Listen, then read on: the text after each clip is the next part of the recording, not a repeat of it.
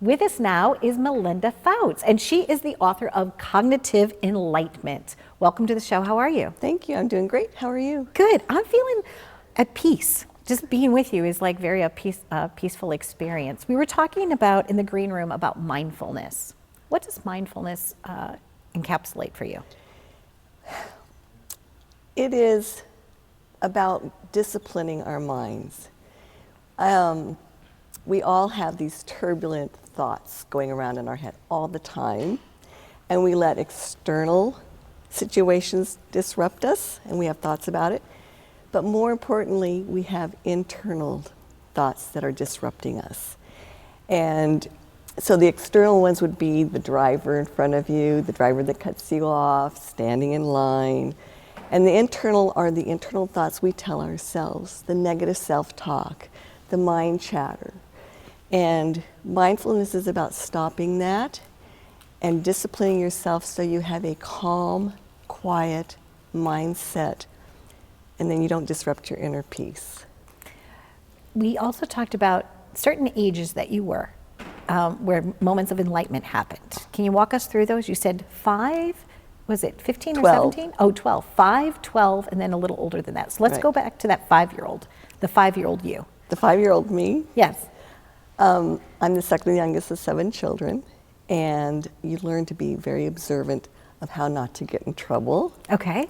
And so at 5, I was very observant. That researching mind is starting. And I always would tell my little sister, we just won't get caught when we do those things.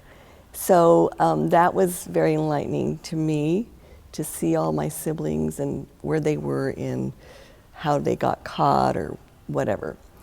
At 12, I told my father I was leaving his church. Okay. I was raised in a Southern Baptist church, and in a Southern Baptist church, you're not allowed to play cards, play pool, dance, or drink. We had a pool table. We all were card sharks. I had dancing lessons every day after school, and the preacher came over every afternoon and drank with my mother. So it wasn't a fit. It didn't mesh for your brain. And so I walked into my father's study and I said, Dad, I'm leaving your church. Okay. And he said, how come? So I told him what I told you. And he said, well, what are you going to do? I said, I'm going to go find out the truth. And he said, how are you going to do that? I said, well, first I think I'm going to read the Bible and see what it has to say. Interesting. And I almost became a religious study major because I didn't find the truth I was seeking. I studied Asian religions. I studied all the major religions of the world. I found some common denominators within them all. And I finally realized the truth isn't here.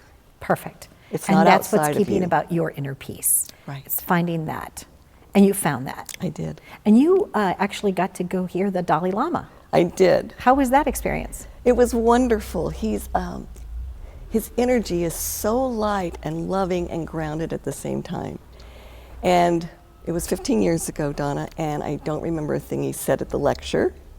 However, a woman asked this question, don't you just hate the Chinese for exiling you out of your own country? And he laughed and he said, yes, they have exiled me out of my own country.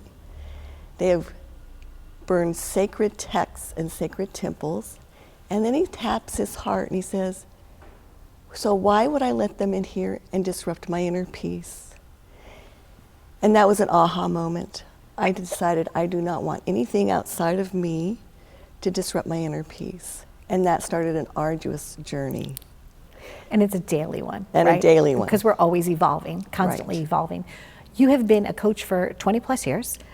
So that's how you implement this and your practice. And you've also been, Forbes picked up something that you wrote. How was that an aha moment for you too? It was an aha moment when they let me know that they wanted to print my articles. So Yes. I've written probably 25 articles for Forbes. Isn't that lovely? It is. Yeah. It's wonderful. And I write a little bit controversial from Executive Leadership 101. Okay. I bring in mindfulness as part of my coaching, and my next article is coming out tomorrow. Oh, lovely. And it is about A key leadership skill is manifesting your dream. Really? Yes. And did you read that I did a book? It's Manifesting Your Dreams. It's gone to Amazon #2 so far. That's so exciting. I will give you a copy of it. Please, Oh I'd my love goodness, one. what a serendipitous like moment. So I'm happy to know you, and I want to know, this book also works a little differently, because I was reading the background. So it's given examples of clients that you've counseled as well as your own life experience. So that's what's in this book. Right. Nuggets of truth and goodness. Right. Okay. Now, how will someone hire you? How can they hire you? They can go on LinkedIn. Okay. They can call me. They can go to my website. They can email me, whatever. Okay. And I told you have a great LinkedIn page. I was so Thank you. impressed. Thank you. And you said you did it yourself. I did. Bravo. Any special memory in life for you where you've been able to coach somebody to a level of excellence, where you yourself felt like pride in their achievement? Almost everyone. My tagline is coaching with an iron fist with a velvet glove. Yes. And I always get a phone call, oh, you don't look so tough. And then when I pull off the velvet glove and pounce on them, they go, ooh, you're tough. And when I first started in my private practice as a psychotherapist, my mentor was brilliant. He helped me really hone my craft. And early on in my career, maybe my third client, he was a co-ed. And every Monday morning, I saw him. And every Monday morning, he didn't do what we said we would do. He would do. And he would fail. I remember you telling me this, and you fired him. And so anyway, one Monday morning I thought, I'm not doing this again. I'm not going to hear the same story of failure. And so he starts talking, and I said, time out. I've heard this every Monday morning. And we're changing the course of this therapy today. I said, I want you to be aware you're really successful at something.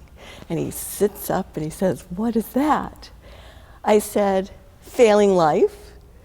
And he makes these big eyes, and I said, I just want you to be conscious of it, own it. And that's a lot of what this book is about, Great. Owning what you're thinking. And so I ran into my mentor's office. I said, I think I just lost a client. And I told him this story. He goes, no, you didn't. He said, do you know your strongest tool as a psychotherapist? I said, no. He said, you love your clients. That's why you can pull out the 2x4 and pop them on the head. And it was iron? Coaching with an iron fist and a velvet glove. And a velvet glove. I get that. I thank you very, very much for being here. I like your style a lot. Thank you. And I knew that my audience would as well. So Melinda, thank you. you very, very much for being here. There you go. That's why I love bringing these guests from all over the country, because they each have a little piece of knowledge that can really make a difference in your life. Stay tuned for more. We've been living it up right here.